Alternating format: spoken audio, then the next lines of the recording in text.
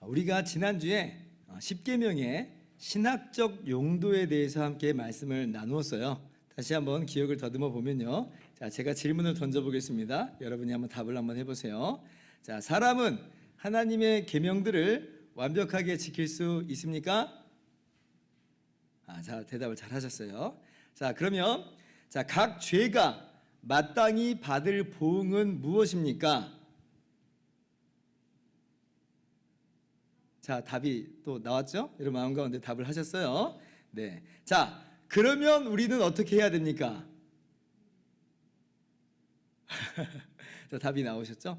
오늘 우리가 나눌 소율이 문답 85번 문답이 바로 그 질문이에요. 그러면 우리는 어떻게 해야 합니까? 자, 85번 문답을 봅니다. 자, 우리가 죄로 인해 받아야 하는 그분의 진노와 저주를 피하도록 하나님께서 우리에게 요구하시는 것은 무엇입니까? 자, 우리는 하나님의 계명들을 다 지킬 수가 없어요. 다 죄인들이죠. 그로 말미암아 하나님의 의로우신 심판을 받을 수밖에 없습니다. 하나님의 진노와 저주 아래 놓여 있는 거예요. 자, 그러면 어떻게 해야 됩니까? 라고 할 때에 하나님이 우리에게 요구하시는 것이 무엇입니까? 자, 답을 한번 여러분 읽어봅시다. 시작.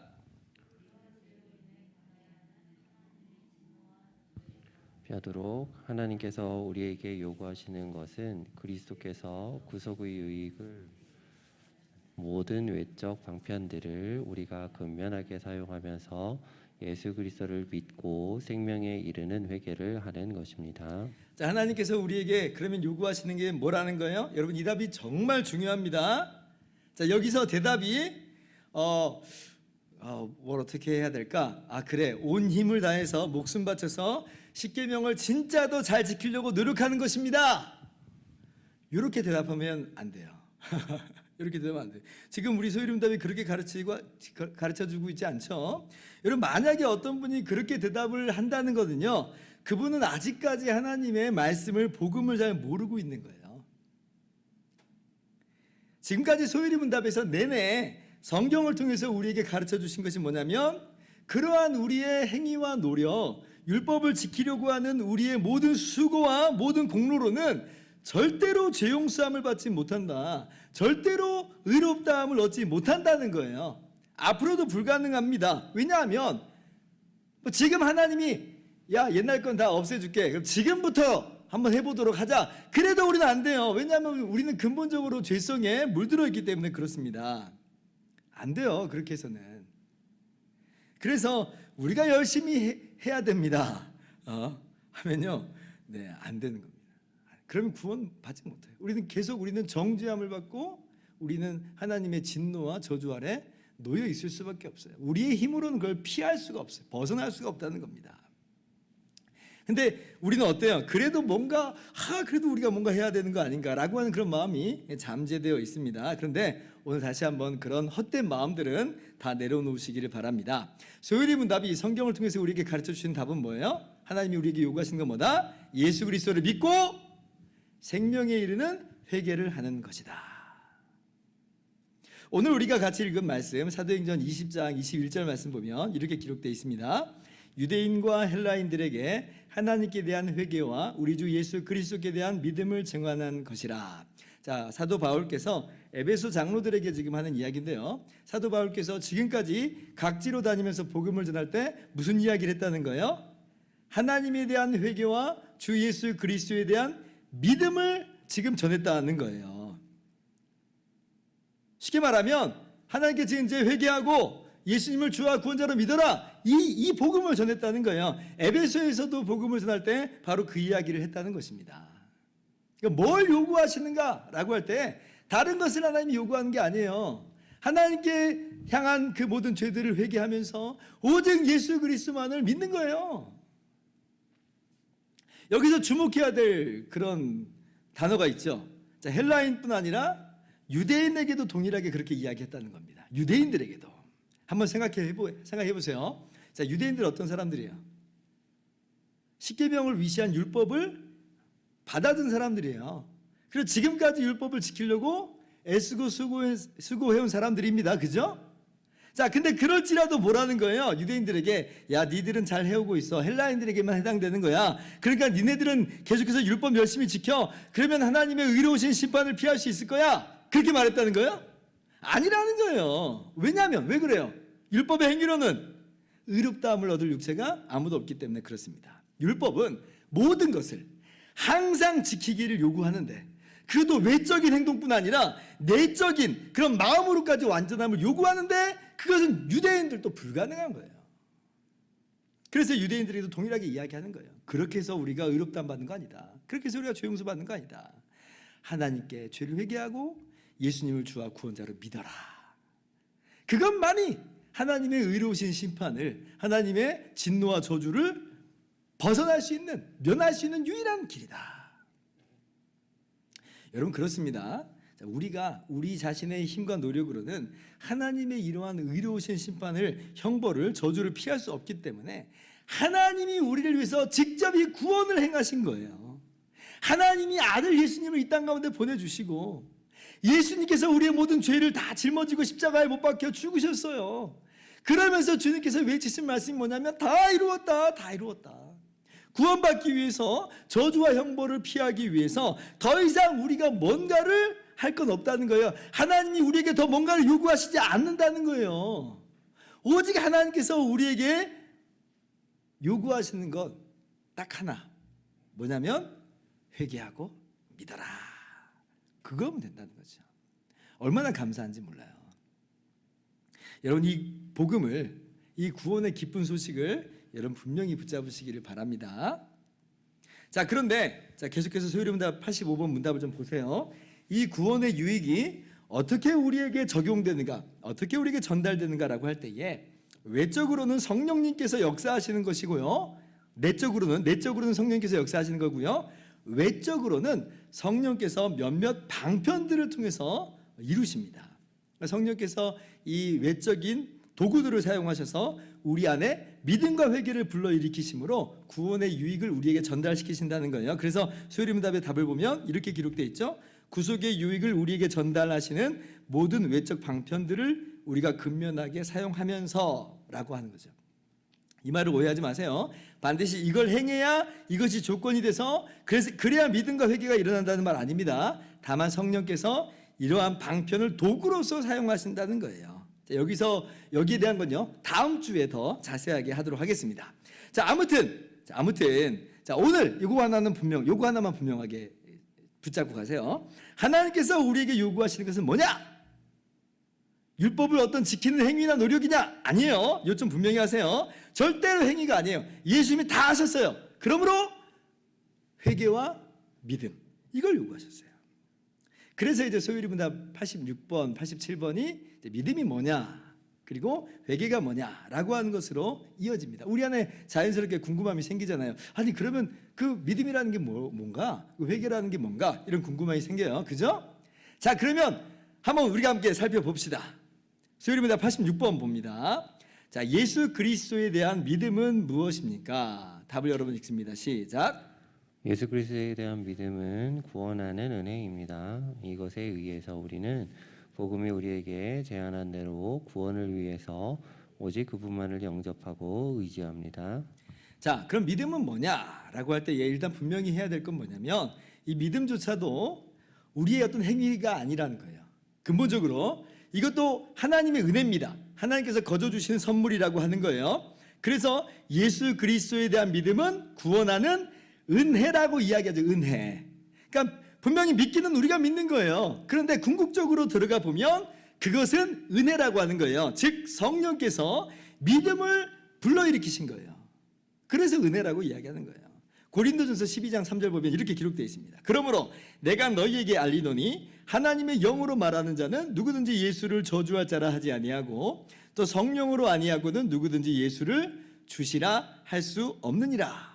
자, 예수님을 나의 주님이십니다 라고 우리가 믿음으로 고백하는 것이 누구로 말미암아 그렇게 된다는 거예요? 성령 하나님의 역사하심으로 그렇게 우리가 믿어 고백할 수 있는 거죠. 그러니까 우리가 믿는 거예요. 그런데 그 믿음은 우리에게서 난 게 아니라는 거예요. 성령으로 말미암아 우리가 그 믿음을 고백할 수 있게 된 것이다. 에베소서 2장 8절 말씀으로 같이 한번 읽어봅시다. 시작. 너희는 그 은혜에 의하여 믿음으로 말미암아 구원을 받았으니 이것은 너에게서 난 것이 아니요 하나님의 선물이라. 자, 은혜에 의하여 믿음을 통해 구원을 받았다라고 말씀하시는데요. 이것이 누구에게서 났다? 하나님에게서 났다. 하나님의 선물이다.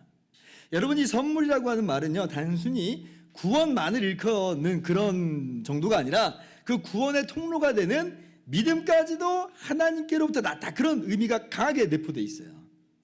그래서 이 믿음이요, 우리의 노력이나 우리의 자랑, 우리의 행위가 될 수가 없다는 거예요. 그래서 9절 말씀에 바로 뭐라고 붙여서 말씀하세요? 행위에서 난 것이 아니니 이는 누구도 자랑하지 못하게 하려 하는 것이다. 그죠?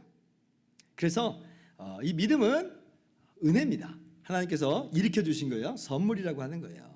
그리고 하나님께서는 이 믿음을 통해서 우리를 구원하십니다. 히브리서 10장 39절, 우리는 뒤로 물러가 멸망할 자가 아니요 오직 영혼을 구원함에 이르는 믿음을 가진 자니라.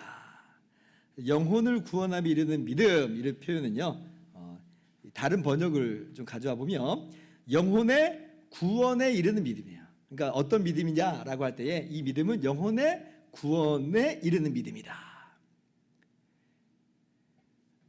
그러면 한번 여러분 또 궁금함이 생길 것 같아요. 목사님, 그러면 영혼의 구원에 이르는 믿음이라는 거 하는 게 구체적으로 뭡니까? 하나님께서 그 믿음을 우리 가운데 불러일으키신다는 건데, 성령으로 말미암아 그 믿음을 우리에게 선물로 주신다는 건데, 영혼의 구원의 이름은 구체적으로 뭡니까? 개념이 좀 희미해서 잘 모르겠어요 라고 아마 여러분이 궁금해하실 수 있을 것 같아요. 그래서 우리 교회 지도자들이, 신학자들도 목사님들도 대개 이렇게 설명을 합니다. 아주 좋은 설명이에요. 자, 따라와 보세요. 첫째로, 이 믿음은, 영혼의 구원에 이르는 믿음은, 자, 단순히 역사적 사실임을 믿는다라고 하는 그 정도 수준의 믿음은 아니에요.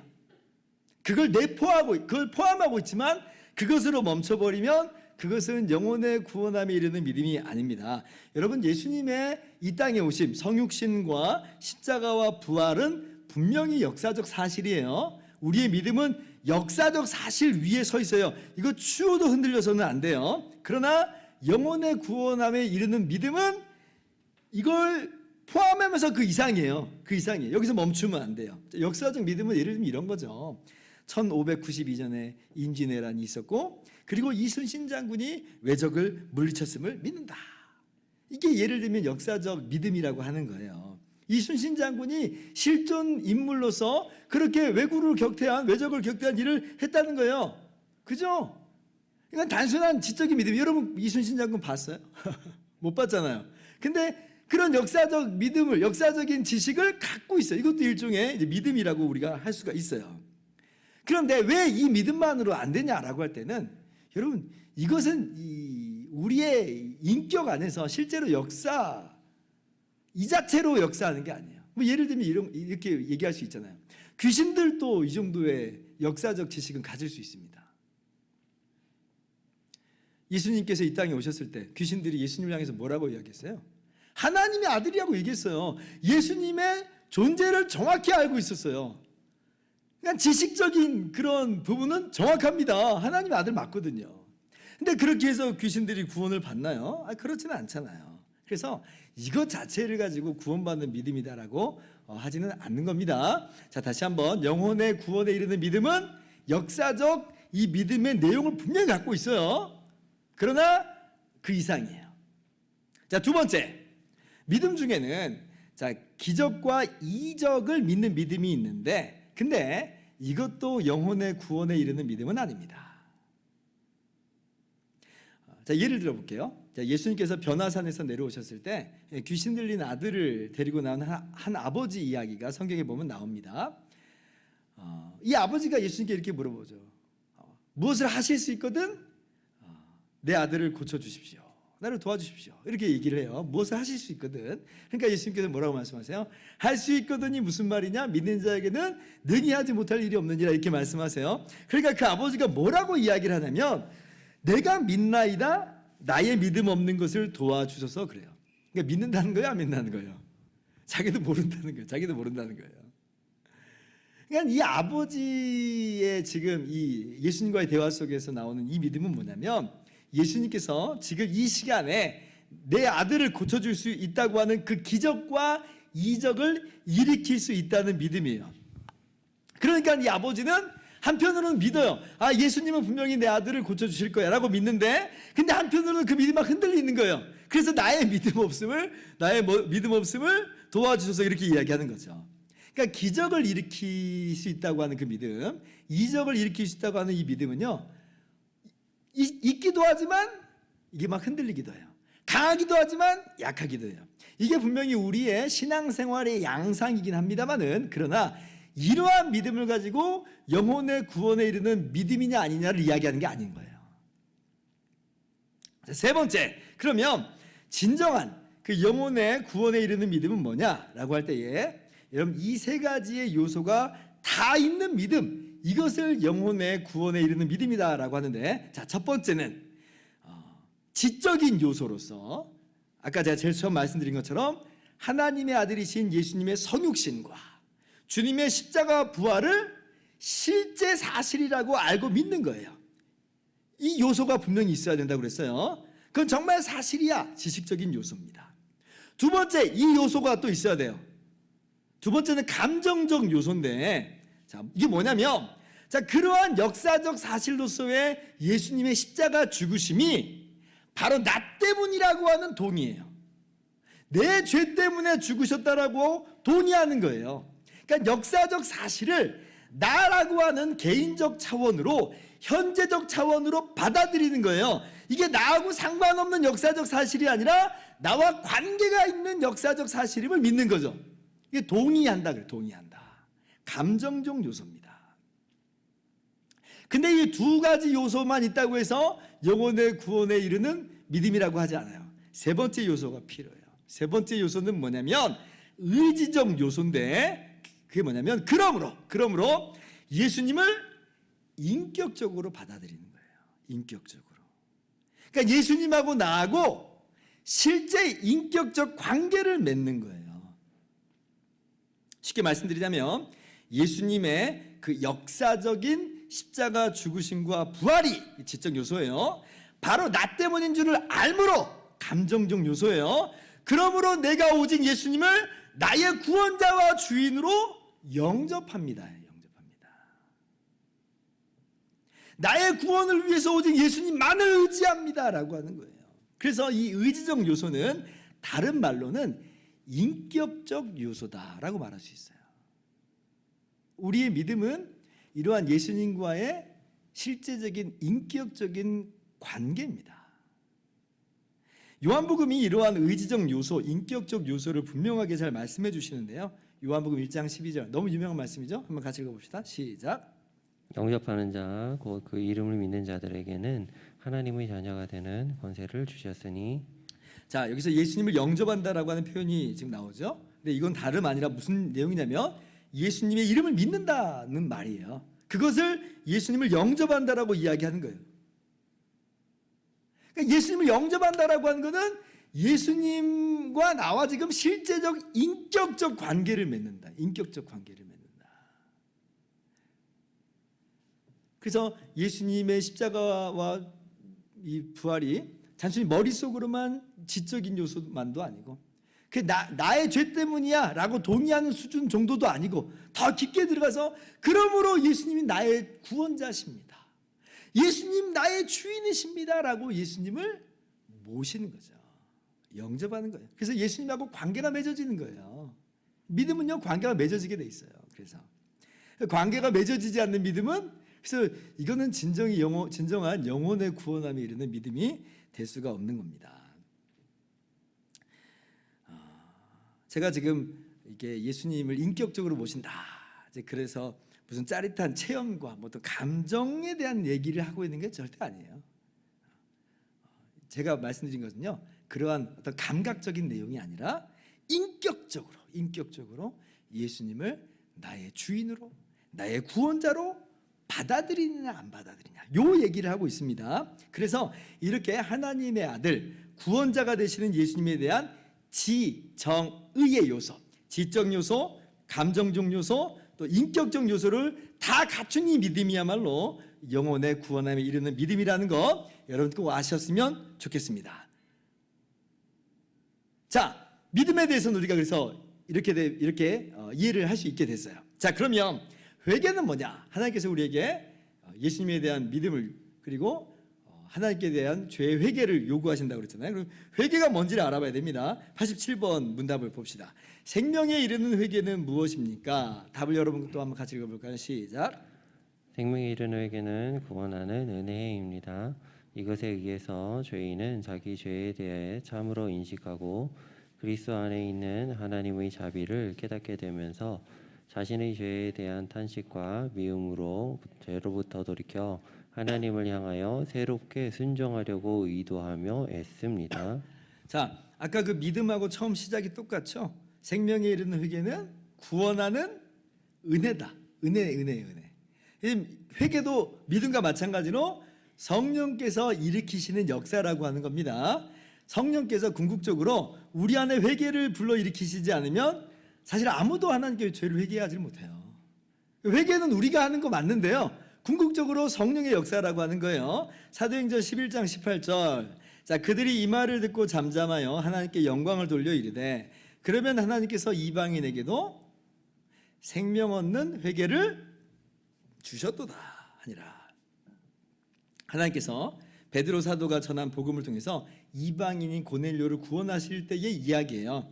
근데 처음에 유대 기독교인들이 그것을 사실 인정하고 받아들이려고 하지 않아요. 그런데 이제 베드로 사도의 이 보고를 들으니까 인정하지 않을 수가 없는 거예요. 그래서 터져 나온 말이 이 말입니다. 하나님께서 이방인에게도 생명 얻는 회개를 주셨도다.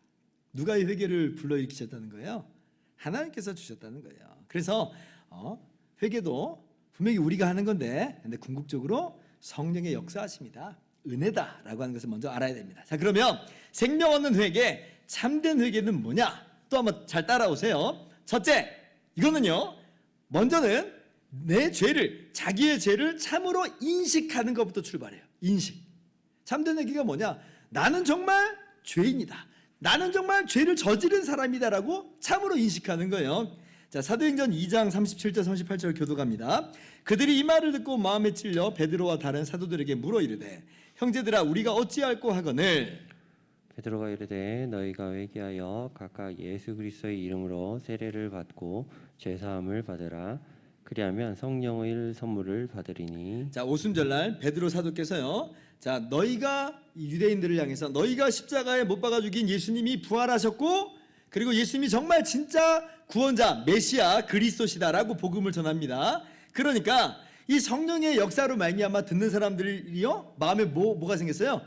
찔림이 생겼어요. 찔림이. 이게 무슨 말이에요? 자신의 죄를 깨달았다는 말이에요. 내가 엄청난 죄를 저질렀구나. 우리가 그리스도를 죽였구나. 나는 정말 죽어 마땅한 죄인이구나 라고 죄를 인식한 겁니다. 깨달은 거예요. 둘째, 참된 회개, 생명 얻는 회개는 뭐냐? 그리스도 안에 있는 하나님의 자비와 사랑을 동시에 인식하는 거예요. 그러니까 자신의 죄를 깨달음과 동시에 뭘 깨닫냐면 하나님의 자비와 사랑을 예수 그리스도 안에서 깨달아요. 자, 베드로 사도가요, 자, 니들은 엄청난 죄를 저질렀어. 그래서 이제 니들은 그 짱이야! 이렇게 말씀하시지 않죠? 뭐라고 말씀하세요? 회개하라! 회개하라라고 말씀하면서 예수 그리스도의 이름으로 세례를 받고 죄사함을 받으라 이렇게 말해요. 죄사함을 받으라. 그러니까 죄사함의 복음을 말씀해요.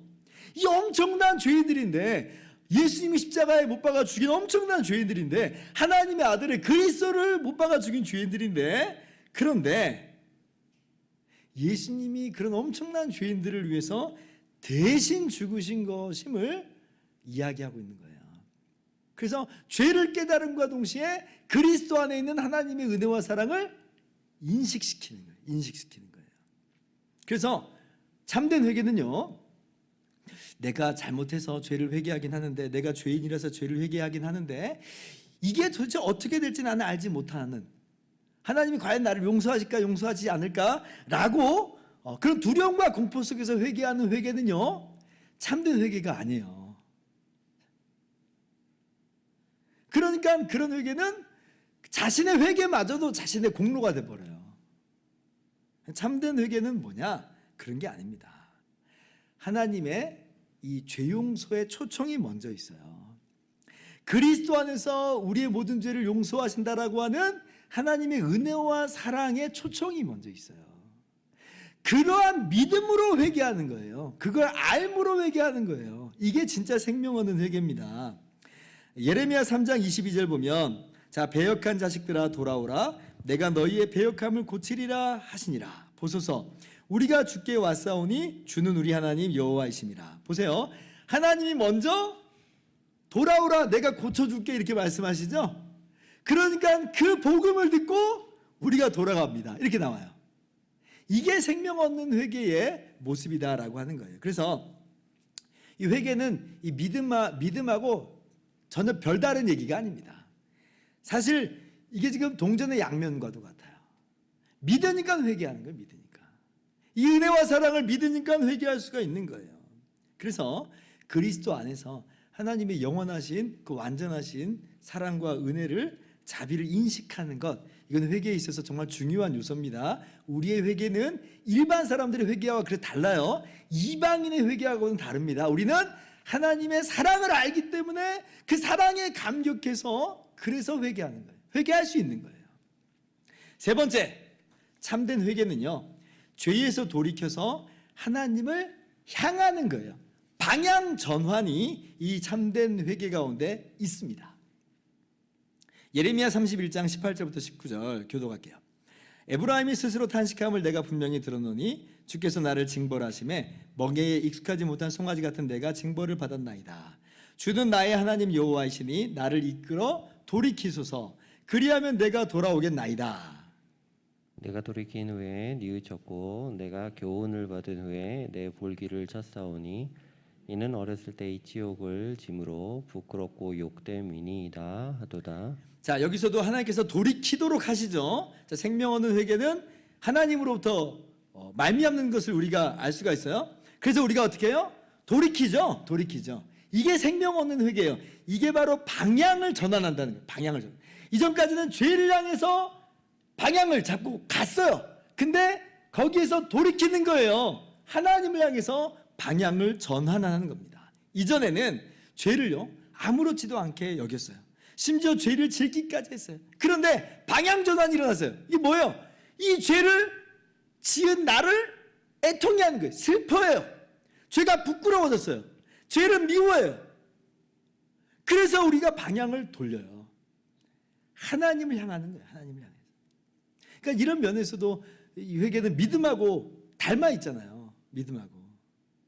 이 믿음이 뭐예요? 나를 이 죄와 사망에서 구원할 분은 오직 예수 그리스도입니다 라고 오직 예수님만을 의지하는 거잖아요. 하나님을 향해서 나를 불쌍히 여기소서, 이게 믿음이잖아요.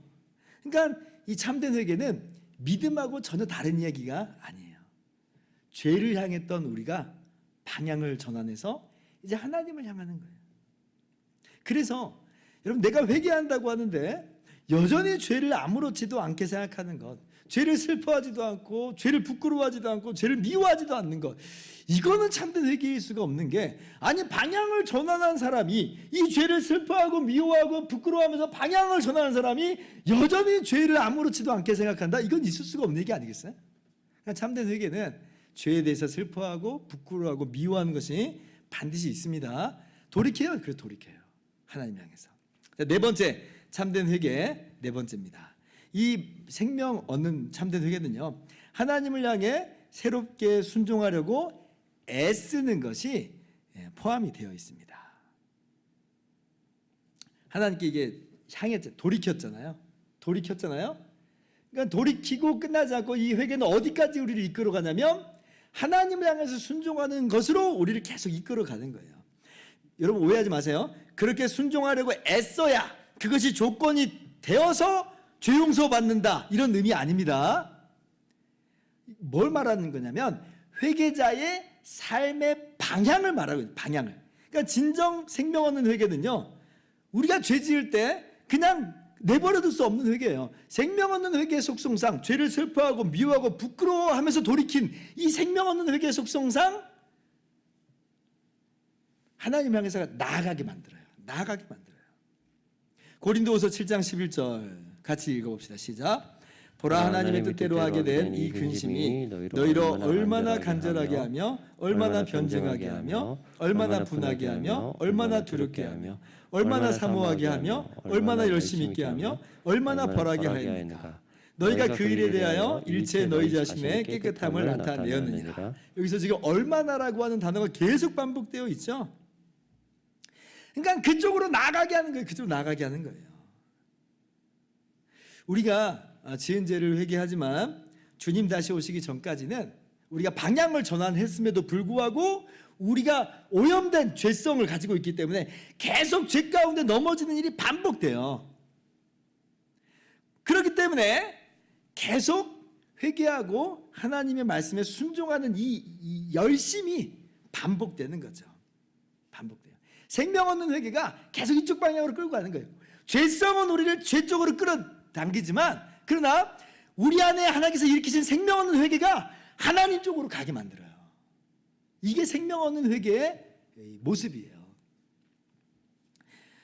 그래서 우리가 이 회개의 삶, 하나님의 말씀을 정말 순종하려고 애쓰는 이 삶을 고단하지만 때로는 우리가 지칠 때도 있지만 중단하지 못합니다. 중단할 수가 없어요. 왜 그러냐면 우리 안에 있는 생명 얻는 회개 때문에 그래요. 죄를 슬퍼하고 미워하고 부끄러워해서 하나님을 향해서 돌이켰는데 자꾸 우리를 돌이키게 만듭니다. 돌이키게 만들어요. 이게 생명 얻는 회개예요. 그래서 자꾸 그로 나가게 만들어요. 이걸 다른 말로는 성화라고 말하죠. 성화. 자, 구원받는 이 생명 얻는 회개 분명히 단회적 사건이에요. 그래서 우리가 영원한 죄사함을 단번에 받았어요. 그런데 이 생명 얻는 회개는 우리 죄성 때문에 자꾸 이게 우리가 넘어지는 것을 자꾸 회개하게 만듭니다. 그래서 회개가 반복되게 돼요. 그래서 우리가 이제 그렇게 이 회개에 대해서 우리가 또 정리할 수 있어야 되겠습니다. 자, 이제 말씀을 마칩니다. 다시 처음으로 돌아가 볼게요. 자, 하나님의 의로우신 심판, 하나님의 저주와 이 진노를 어떻게 피할 수 있느냐? 우리의 힘, 우리의 노력, 율법을 지키려고 하는 우리의 행위, 우리의 공로? 불가능해요. 불가능해요. 오직 예수님의 십자가 대속과 부활 생명으로 우리가 거저 면하게 된 거예요. 그래서 우리가 할 것 아무것도 없습니다. 오직 우리는 그렇게 우리를 위해서 이 땅에 오시고 죽으시고 부활하신 예수님을 나의 구원자와 주님으로 믿고 우리의 죄와 죄인됨을 겸손히 회개하면서 그렇게 나아가는 것입니다. 오늘 말씀드리면서 우리의 믿음과 회개를 다시 한번 점검하시고 그리고 거저 우리를 구원하신 우리 주님께 말할 수 없는 감사와 찬양을 드리는 저와 여러분 다 되기를 바랍니다.